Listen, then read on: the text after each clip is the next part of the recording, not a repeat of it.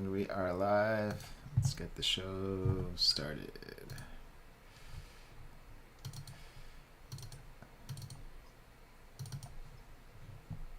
In a world of divisiveness, we bring you diversity. In a world of hate, we bring you love.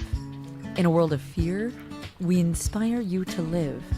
And now, laughing, loving, and alive with your hosts Rain Thomas, Elmer J. Howard, and Dr. Kevin.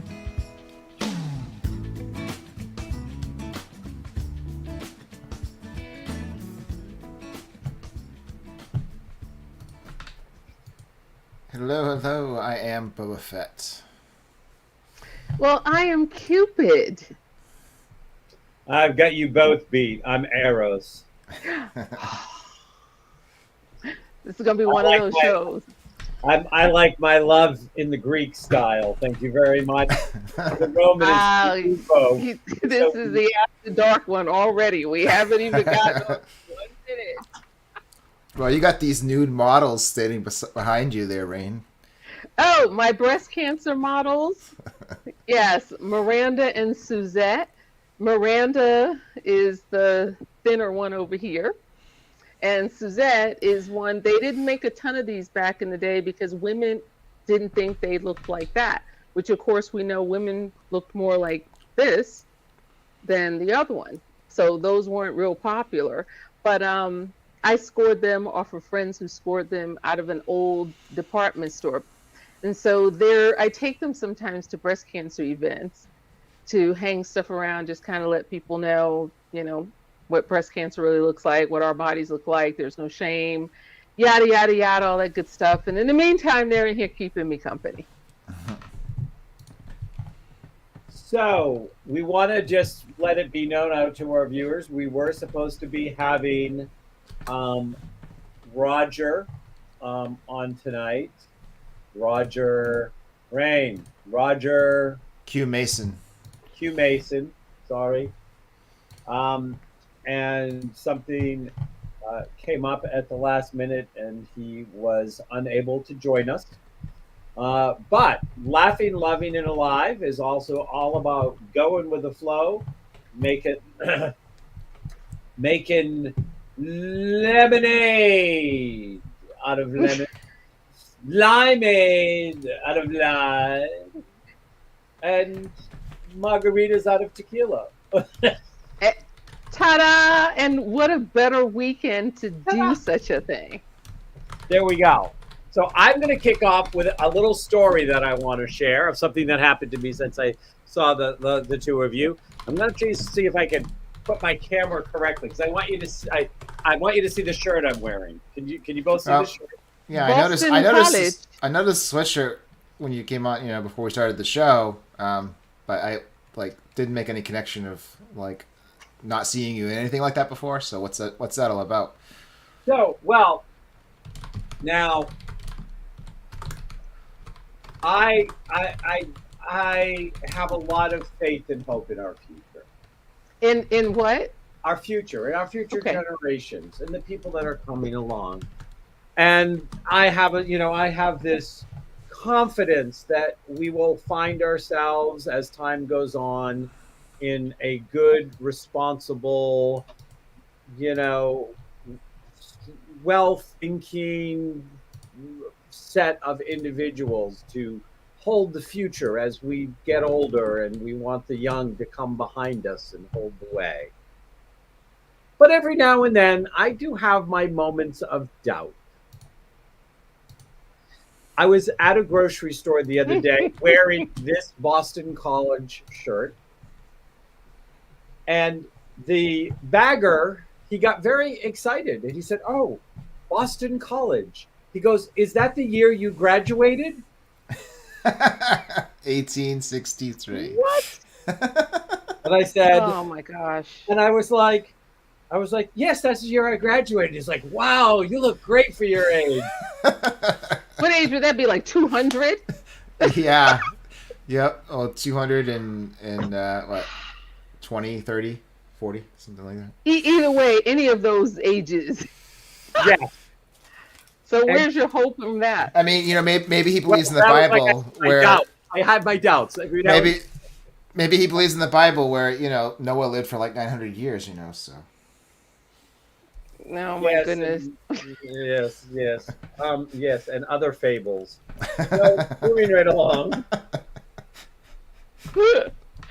I love it. So what? And once you said that he was excited, then what? Like, did you just get your groceries and bamboos? Yes, I'm thinking he probably went home and probably told his parents. He met this. You can't. I met this guy. He graduated in 1863 from Boston College. And his parents are going to be going. I doubt it. I bet you his parents will be like, "Wow, oh my gosh, you should have taken a selfie." Right. So I'm telling you. Wow. So I wanted to share that. I thought that was funny because, it was a couple of 2 or 3 months ago or wherever I was somewhere and somebody was telling me they thought I was in my late 40s or my early 50s. And of course, I took bragging rights to that. I'll be 62 this year. And I, am pretty happy that I feel like I, do look good for my age. But since I shared that somebody thought I was in my late 40s and early 50s, I thought I should share that somebody thought I was in my late 140s or 200s. I mean, 240s. But he did say you look good for your age. Yeah, I don't look a day over 135. Oh boy, yeah, that took all the hope I needed. That hope is gone. I'm sorry. And that's it. And I didn't realize this until just recently, but this show happens to be on another big night that might be, why it might be a quiet night for us in terms of comments and stuff. But there's the puppy bowl going on, with all the the dogs and the puppies running around, and I haven't seen the latest score of the puppy bowl recently, but yeah, I think there's also something with the humans. I don't know. I heard somebody hit a triple, so. Yeah, I don't know. In the Olympics, probably. Well, the Olympics, they're happening. Are they on tonight, though, on a Sunday? Or are they only Monday through Friday? No, they're on during the weekend. I'm almost positive. Because I heard that this is like the first Sunday in a long time that you've hit the Olympics and the Super Bowl were going to be on the same day. Really? So I didn't verify it, but... I was going to say, because the Olympics happen around the same time every 4 years, so it kind of somehow it just keeps missing. That's what I saw. I don't know. So the Los Angeles breaking news: the Los Angeles Rams won a tight Super Bowl over the Cincinnati Bengals, delivering a Hollywood ending to the NFL finale. That is what has just popped up on my Apple Watch. All right. Well, you just made Rain's night. Well, it didn't matter to me as long as the Bengals went to the Super Bowl. I didn't say they were gonna. They were going. I didn't know if they were gonna win. The Rams was gonna play a tight game, and this in their hometown, right? I mean, they had the awesome halftime with their hometown peeps. It was actually a really good halftime show because some of those halftime shows, I'm like, yeah, no, I'm not interested in this. But this one was really interesting. First time in history they had rappers. Somebody told me, and I don't know this to be true, that there was and I didn't challenge them on it, but they said, well, they wanted to represent. They had all of these rappers. They didn't call them rappers. They had all of these artists on because they wanted to support the fact that LA is the home to hip hop. Yeah, but it's not the home to hip hop. I mean, New York is the home. Right. What? But they put out some awesome artists. Yeah. But I was like, I'm not going to pick that fight with him and say, you need to talk to Rain. She's going to hip hop your hop. She goes, that's right. New York City thing. Yeah, it is. And I heard Eminem took a knee during the halftime show. You know what? I don't know if he did or didn't because everybody was doing all these different things. They created like a complex. Yeah, I know. Because I wasn't watching the game. I saw something pop up in the news, and they had a picture of him kneeling. Oh, you know what? There was so much going on. They had like the grid of like Hollywood and LA and downtown Compton, and people were coming out, I guess, based on where they were from.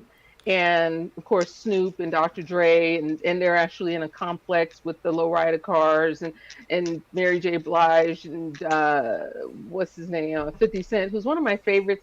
And I like 50 Cent because he's petty, and I'm petty, and I can appreciate someone who's petty with a lot of money because you can get a lot of stuff done. I Yeah. just Well, love I that. thought he was petty because it was only 50 cents. I think it'd be petty if it was $1. Listen how petty he. I mean, he does lots of petty stuff, and they call him the king of petty. But him and Ja Rule, this other rapper, they've had this thing going on for forever. They just absolutely cannot stand each other for whatever reason.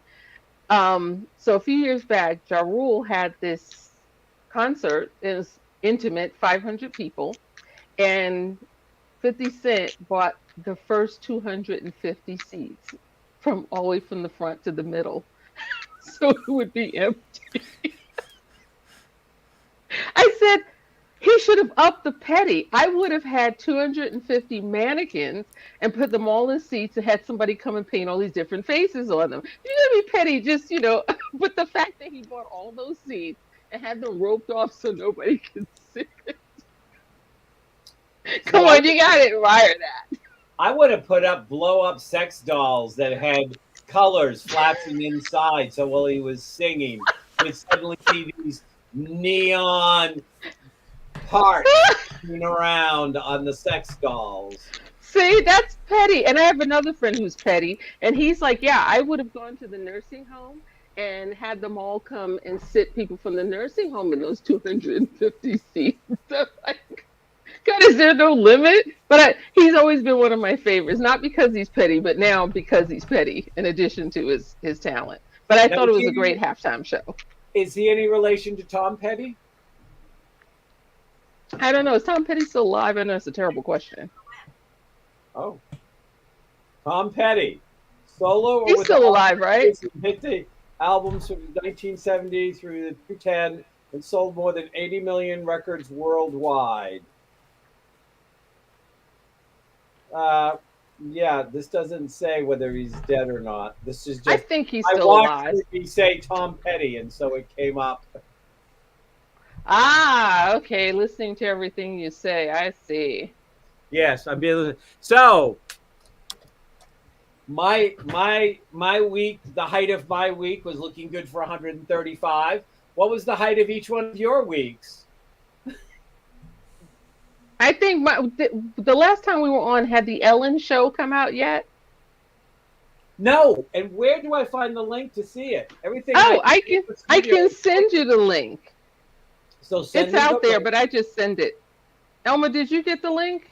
Did you see it? I don't remember. I remember you talked about it, but I don't remember.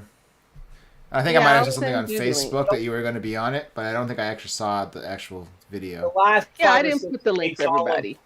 The last 5 or 6 weeks, all of Elmer's links have been pretty loose. Yeah, he's been pretty busy. The last time I was just like, oh my God. Okay, hang on here. Let me see. I got the link. I'm getting ready. Do you want me to email it or text it to you guys? Either one, I don't care. Email will work better for me. So Okay. then you can just email it to the both of us if that's easier. Yeah. That is either Elmer, and then there is Dr. Kevin. So, Oh no, that's wrong. So we have to watch the Ellen show, so we can talk about it next time. So, Yeah. How else are you doing this, Rain? Because then I want to turn the camera, turn the focus on to Elmer. I want to be careful what I say, though.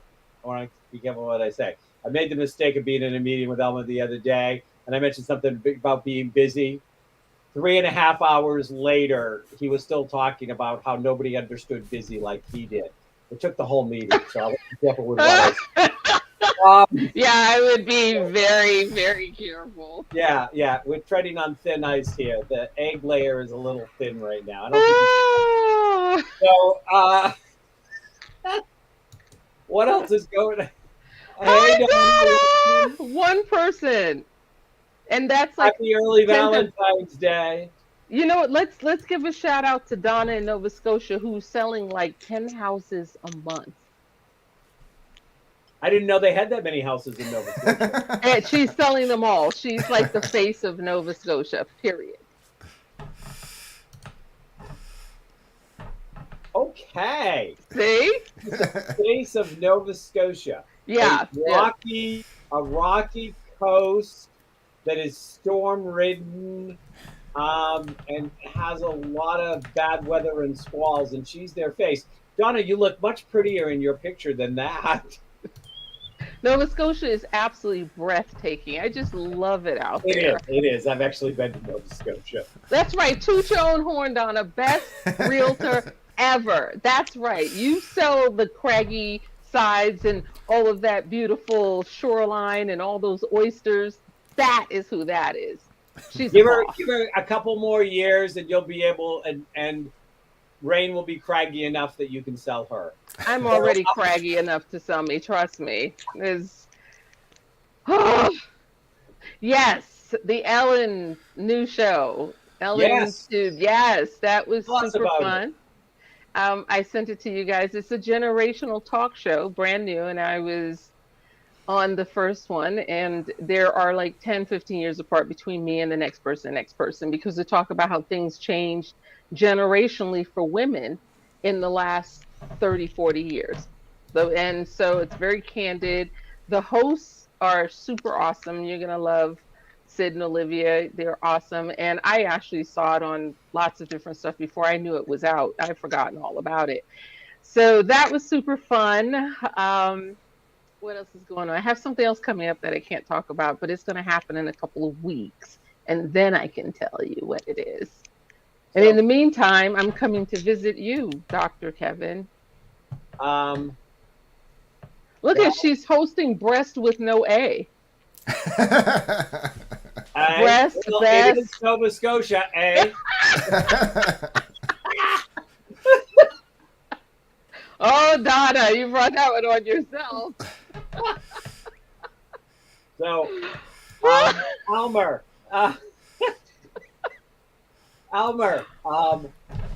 have you lost count? How many weeks in a row, how many shows in a row has Rain uttered the words, and there's something going on, but I can't talk about it? This is what, 10, 12, 13? Yeah, and each time I release something like a couple of weeks later, because, you know, I'm in contract and I don't like to talk to attorneys.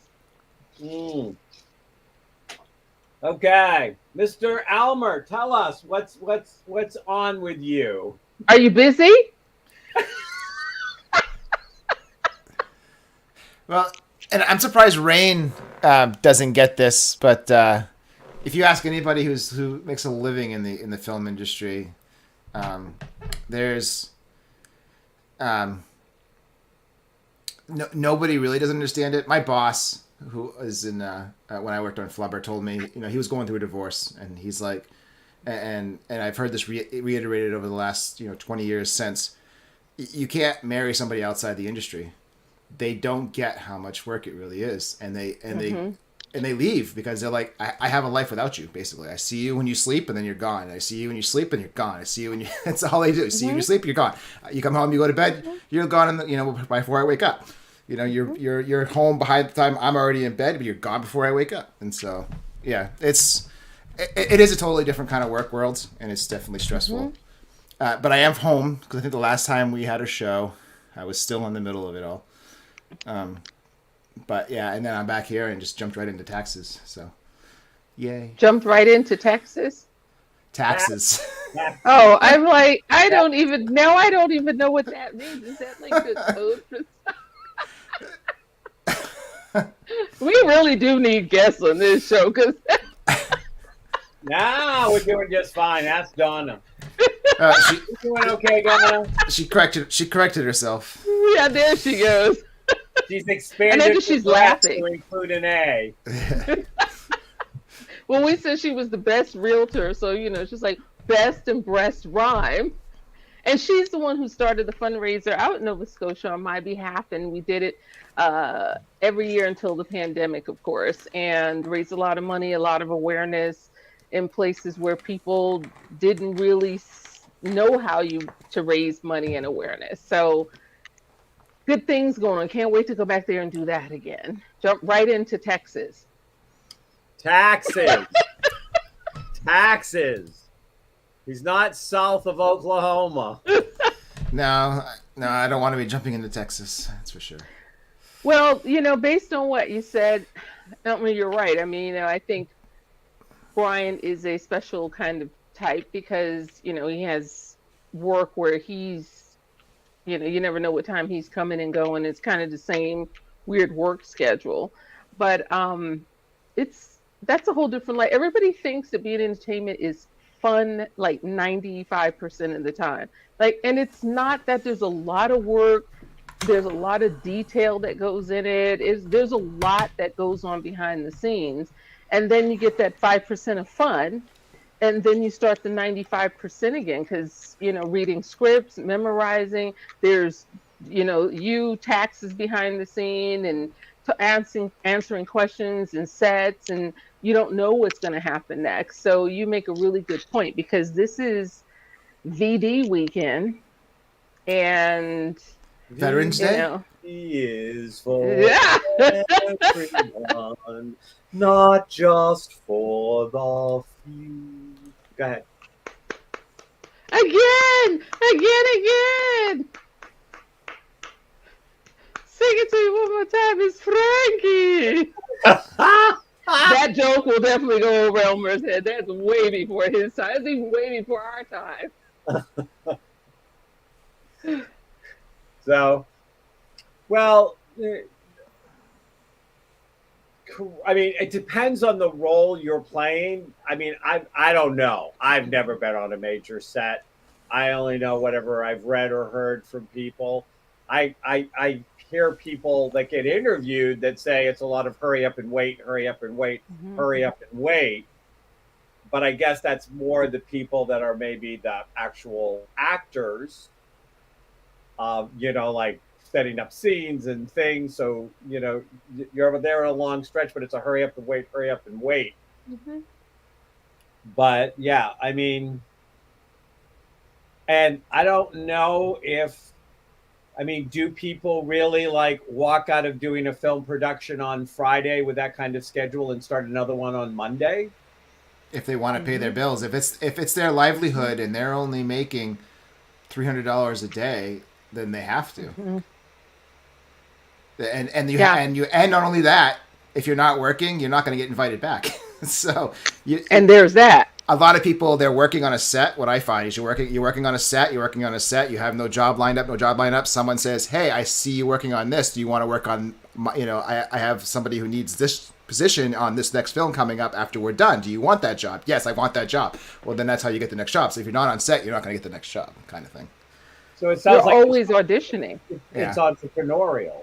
Yeah. It definitely is. You're always auditioning unless you get that one big thing. Because, a few years ago, I got this one and it was $30,000 for that one, for a week or whatever. And people are like, "Oh my God, $30,000, I could totally do that." Well, first of all, you're talking one gig for the year.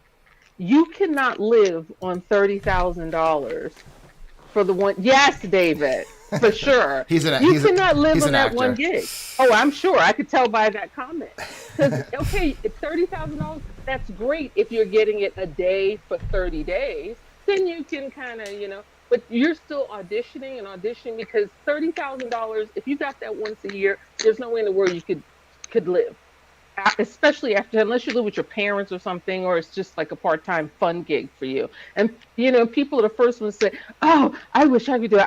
$30,000 for one gig, that's amazing." No, it isn't. That's minimum wage, and you're still hustling all the time.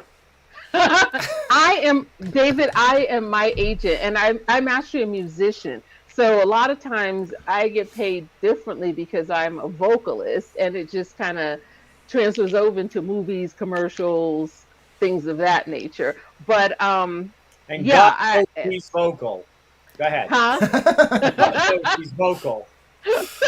But and Elmer told me it's stressful. It is stressful because An audition is like if you have to interview for a job every day, several times a day, and people don't see that part. They're like, you get all these great roles. Well, I audition 30 to 50 times a week, and if one comes up, you are too. No, don't fire yourself. Do it for me. You inspire me. Keep going. We have to make the stress is what drives us, right? Or is that delirium? Or is that meds? I'm getting it all mixed up. But something drives the Well, stress. Isn't it Miss Daisy that drives you? At this point, I'm Miss Daisy. Oh, this okay, good. this industry is definitely, you don't do it for the money, you don't do it for the work, you do it because you love making films, and that's why you work 100 hours in a week, and make minimum wage. Well, yeah, and there's this saying, it pops up every now and again on Facebook and social media, and it says, a true musician is someone who will take a $2,000 instrument, put it in their 200 beater car, drive 100 miles to get paid $50.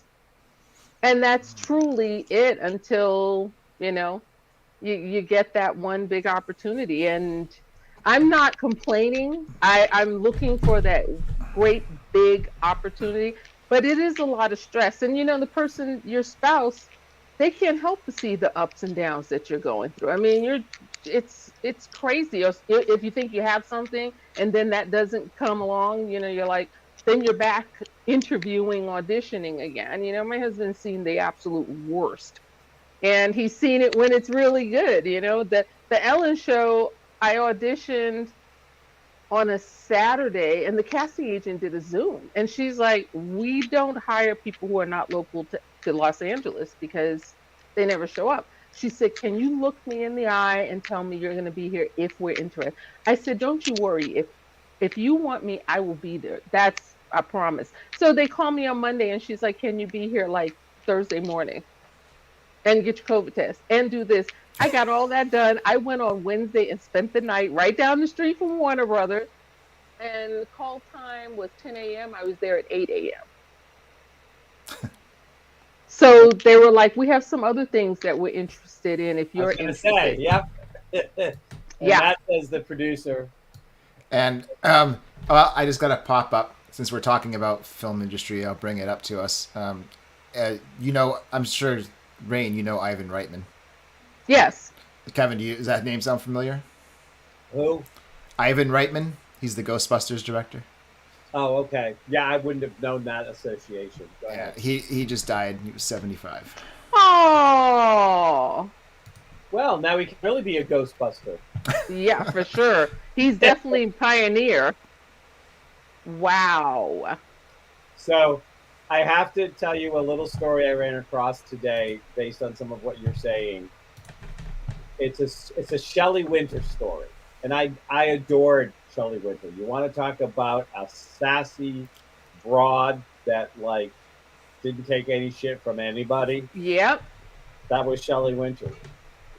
So somewhere late in her career, the story went that she was approached about doing a job, and I don't know if it was somebody who just was clueless or whatever, but they said, well, you need to show up with a headshot and with your bio and anything that we can look at to run your test, to test you for this role. And the story goes that Shelley shows up with a carpet bag, like one of those old carpet bags, and she walks in and she throws it on the thing, and she takes out her 2 Oscars that she won, and she takes out all of these things that she did, and she goes, "Is that good enough for you, honey?" Good for her. Okay, and this is somebody who's well known, and they still think she's supposed to be auditioning because they have no idea who she was. Yeah, it was probably, this was obviously many years ago because Shelley's been dead for a while. Yeah, but still. Now I'd have to be there to mediumship for her. But that's cool. Okay. Hey, what dead actor would you like to have star in your next movie? I can channel that actor as a medium. Can you channel living actors too? I want somebody please get me a bigger role. I put my hat in the ring for Walking Dead, for one of the Why? walker, for one work, for one of that's ongoing work. Like that would be boom. Well, they're actually Um, ending now. well, it doesn't even. This was a year or so ago, and they Uh, had it out there, and they said they needed really thin, frail people for the walkers, and I was like, gosh, I can't even play a dead zombie. What? Well, you said you wanted. Well, that's the problem. You said you wanted bigger roles. Yeah, that's not it. Oh, then you lost the part. I was like, okay, so I don't know what else is coming out. There's a lot of stuff out there. There's got to be something for me. So that tells you how this show is going. One bottle down. Do you Okay. have Hey, that where you can send it like through email? we're halfway through. Okay. So I wrote a new poem this week. Do you guys want to hear it? Yes. It will be a segue poem. Though I do have, since VD is for everyone, I will share a Yes, it couple is. of poems out of my angst, drama queens, and victimhood, a collection of Drama queens and victimhood. now I had a poem I wrote, and I actually want to use it as a way to segue a little tiny bit of a teaser into our next show. Hi, Anita. Hey, whoop, I missed the thing. Sorry. So Just giving you an audience, Dr. Kevin. there we go. I live in the house of heavy. You can feel it in the air. Joy for a moment comes and visits, then it is not there. Walking in the rain of sadness, I treasure my moments in the sun, slugging through this reality, barely getting anything done. I see the cocoons everywhere waiting for their time to spring out on wings of hope, making the joy of life once again mine. But for now, I live in the many facets of the gray, following the streets with the greatest amounts of light, moving towards a new day and away from the heaviness of the night. A capacity has deepened the well within my soul, the capacity to keep moving towards the light and towards my goal. I try to be the brightest light I can to show the way, even when my flame is dimmed by squeezing out of oxygen by my fellow man. The ones who squeeze for the power that they can get, to the ones who squeeze by holding on for dear life, to have a life before their sun is set. I write out the sorrow, I write out the rain, I write out the hurt, I write out the pain. However, I also write in the joy for a brighter tomorrow. Wow. Someone just asked me where do they get the poem? Well, this poem is not published yet. Okay. I will be doing it I'll be doing it on an upcoming poetry corner. So if they like my Dr. Kevin YouTube, they'll get notified when I'm going to do that reading as part of my poetry corner. But this will come out in a book sometime in 2022. For 2023, I am several Oh, poetry books behind to get them out. The poems are all written. I just have to get them out. Thank you, Anita. I appreciate that. Anita and I have been friends for like 40 years plus. It's like as long as I've been alive. Exactly. We are freshman high school buddies. She's an amazing friend, and she is somebody you want to have with you if you have to get into a street fight. Oh, thank you. She's your ride and die chick for a fact. You probably don't even have to get in the fight. I'm here to tell you that You won't even need to get in the fight. Trust me on this one. She's an awesome friend. So what I wanted to do is I wanted to share that, and of course, obviously, that poem ends with me writing in the joy for tomorrow. And one of the things I want to mention, and then if you guys would like, I'll pick one of my poems for Valentine's Day and share it, so to speak. I love poetry, but next, Laughing, Loving, and Alive, we are actually going to be doing a show around suicide and the effects it has on people.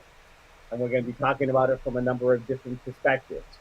We're going to be doing it from a spiritual perspective, an educational perspective, and a perspective of hope. And in this poem, though I was living in the house of heavy, I am at a place in my life where I understand that it's like the motel you check into sometimes for a few days because that's where you are, but then you check out and you're better for the stay because you Mhm. allowed the stay to happen. And so, but it's very important to all three of us. All of our lives have been personally touched by people who chose the way of suicide. And we are not going to shame anybody. I'm going to be talking about my experience as a medium and as talking to people who have committed suicide and what that means.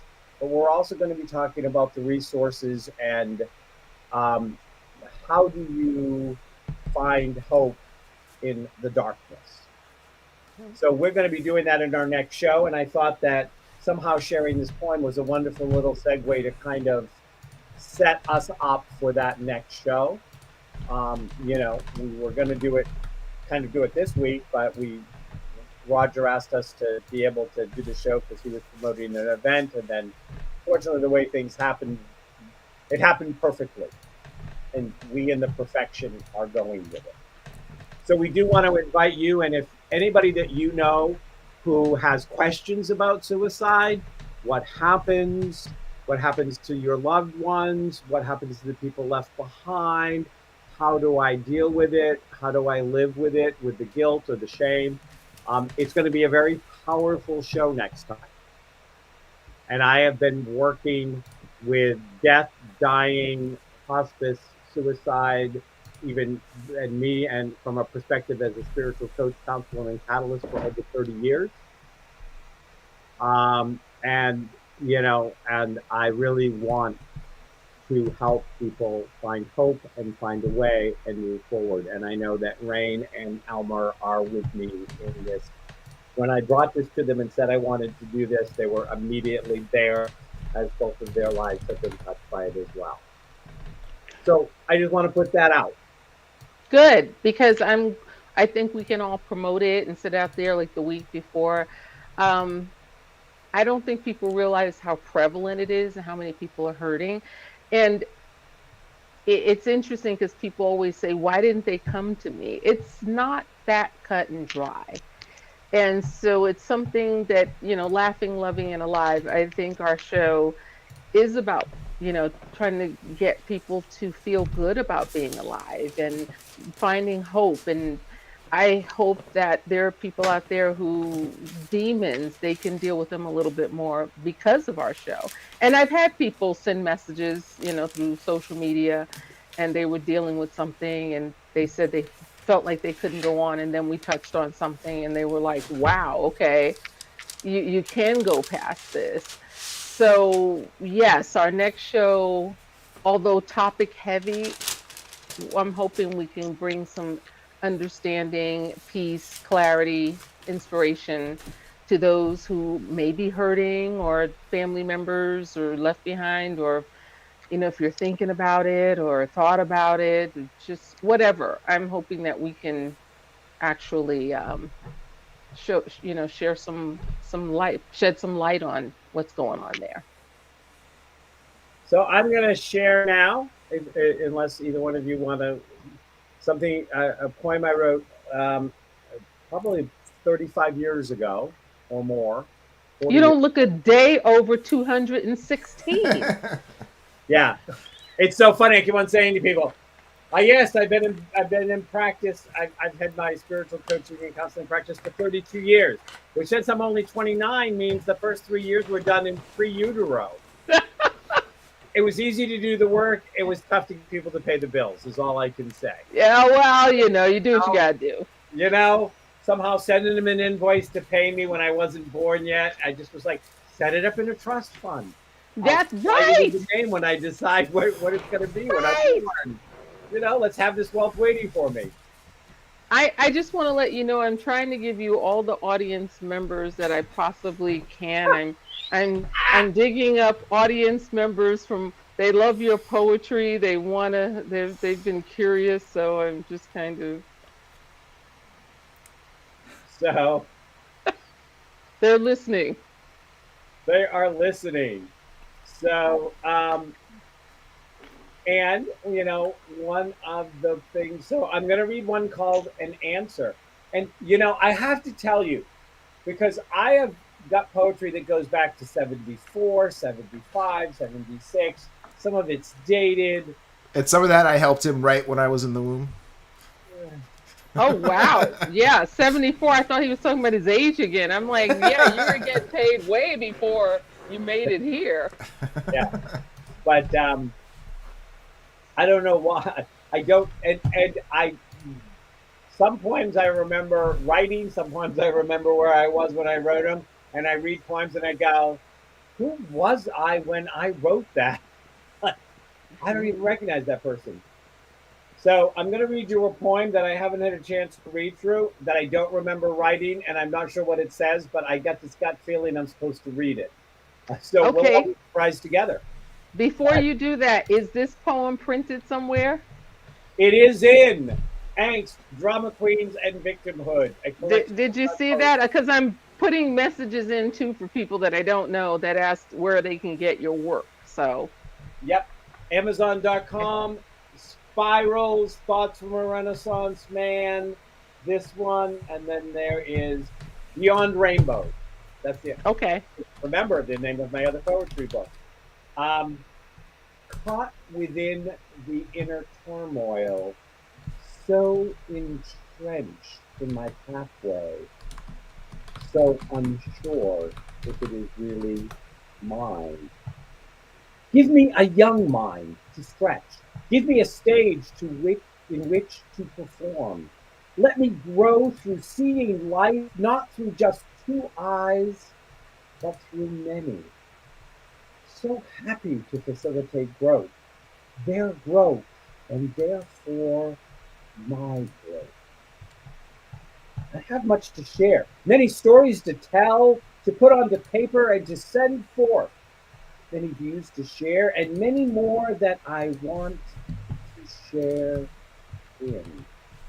Give me a light to dance in that is my light, which shines just for me. Let me not dance in someone else's light, for I will never truly be the best I can be dancing in someone else's light. Tear from me, please, my need to please. For to dance in someone else's light because I love them and they love me is not love at all. Let me and them see that if it truly be love, they will want me to dance in my own light. That's so beautiful. Thanks. Do you remember it now that you've recited it to us? Yeah, I remember now. I remember the feeling I had.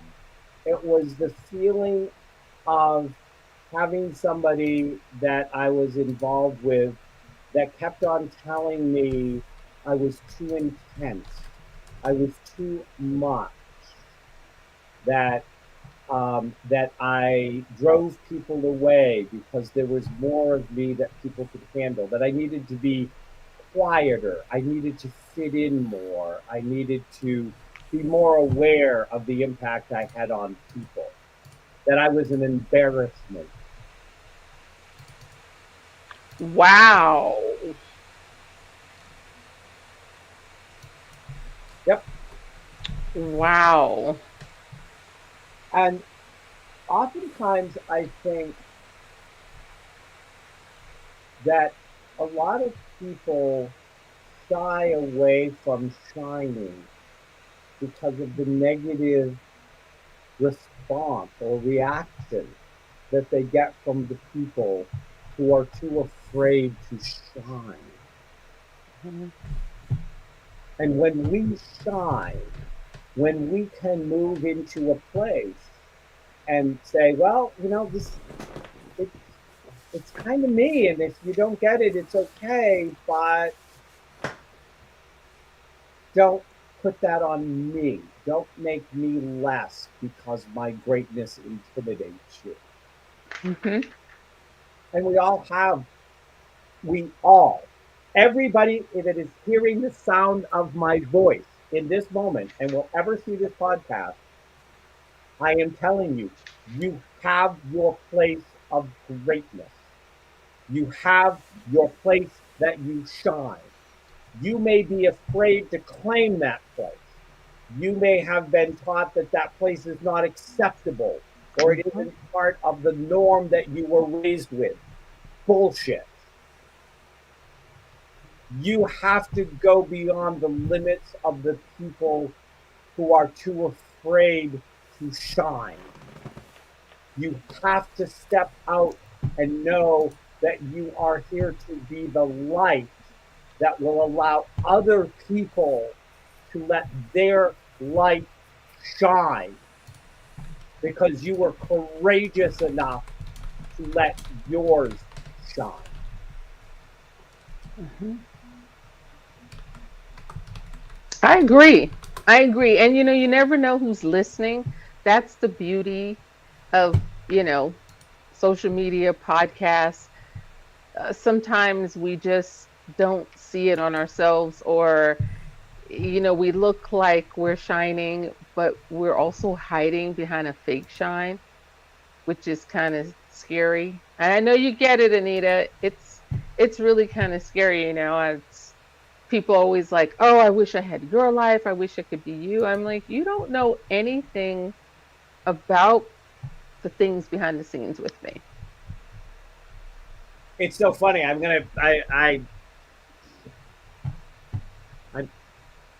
I'm trying to think of how to say this so it doesn't come out in the wrong way. Um, You're worried about that tonight? well, I mean the wrong way as misinterpreted. Oh, Not okay, got it. wrong about what I'm going to say. Okay. A couple of times recently, I have been fantasizing, not in a sexual way, Wow. but I have been fantasizing about you coming and the time we're going to spend together, Ray. I have been thinking about the number of things that when we are sitting there and it's the two of us and we have time and my husband, if he's around, and if he's not, that's okay, but the time in which we are going to be able to connect even more deeply than we have, and the joy of our discovery of the wonderfulness of who each of us are. And I've fantasized. I've like, we'll sit in front of the fireplace and maybe we'll have a drink, or and we'll be talking about this, and we'll be sharing stories, and maybe I'll share some more of my poetry, or maybe we'll do this, and we'll take some time in the hot tub. But I know that it is going to be this intense orgy of discovery, and my soul just sings at the idea of it. That's so funny you should say that, because ever since I decided I was gonna, because I told you I was coming back to the East Coast, I just didn't know when, but I'm like, I'm gonna make it happen. And your leaves are in a vase that I have a globe vase on top of with like a little plastic frog. So all the leaves you sent me are in there, and then there's feathers in a different vase. And every time since I've said I'm coming to see you, I'm like, romanticizing it, and like, oh, maybe we'll sit in front of the fire, or maybe we'll go for a walk. I'm gonna take my tall rubber boots in case we like go through a path. And what if we go get a lobster roll? Or what if we just sit and talk? Or what if we like talk about books? Or what if he reads to me? That is so funny because we've never seen each other face to face. This is all thanks to you, Elmer.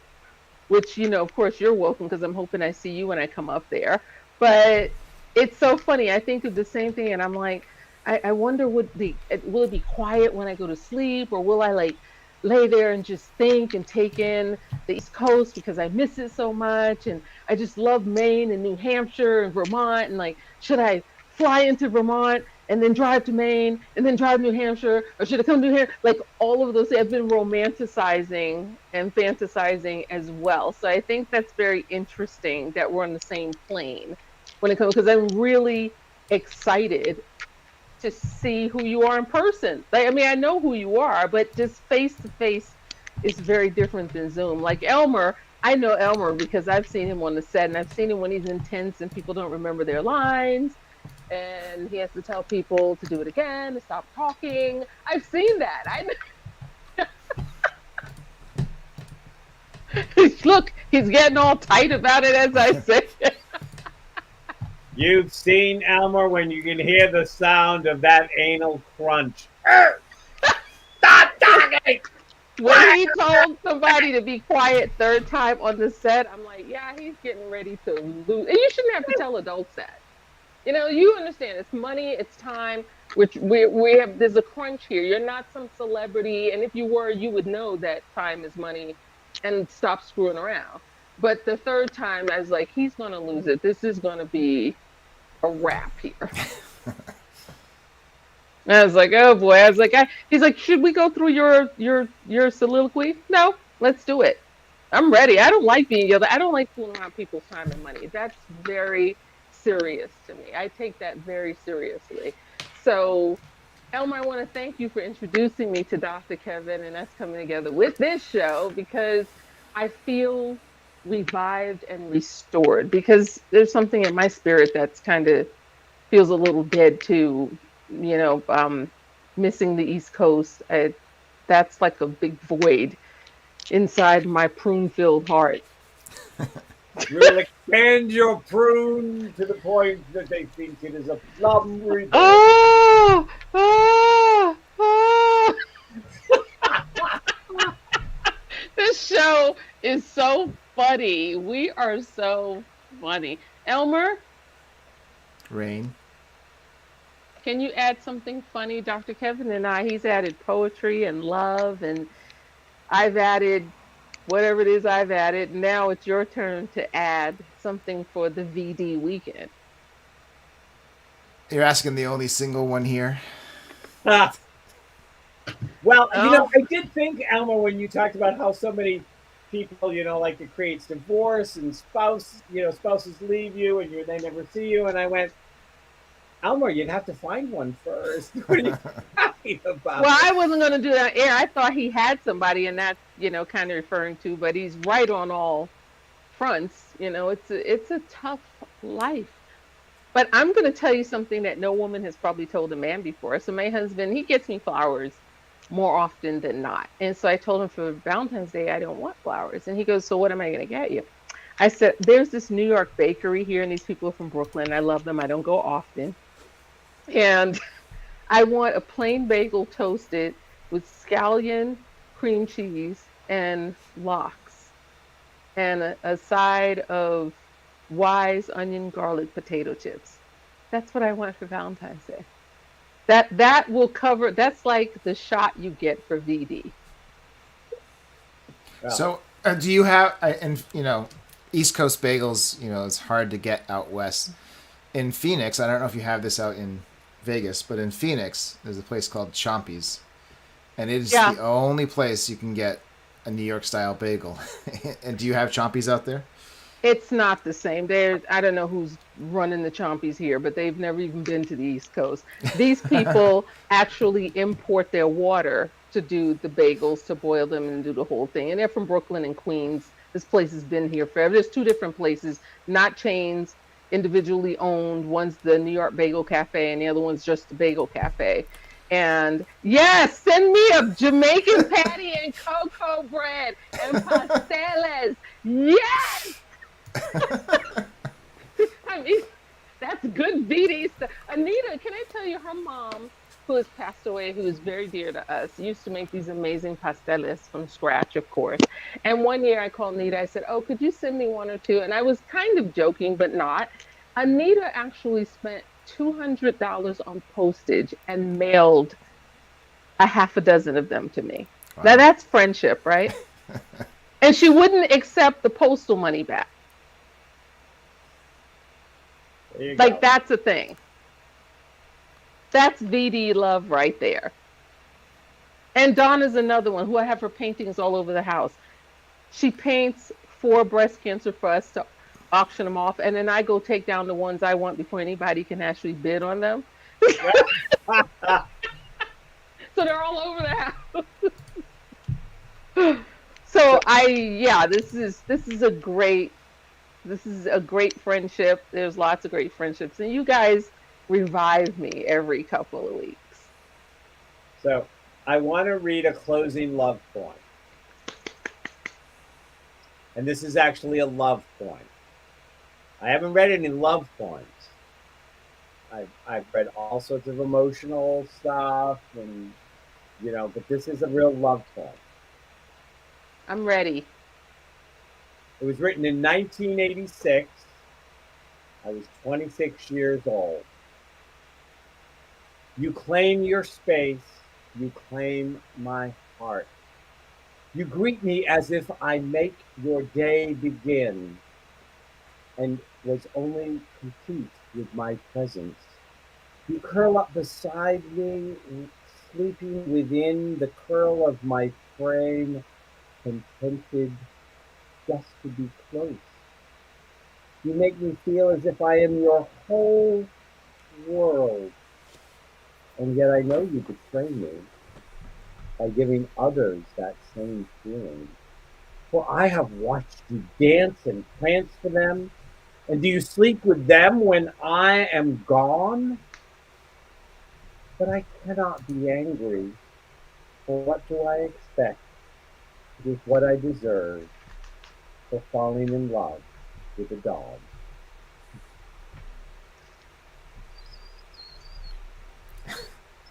Yay! Yeah! And the name of the poem is for Buffy, who is a good friend of mine's dog.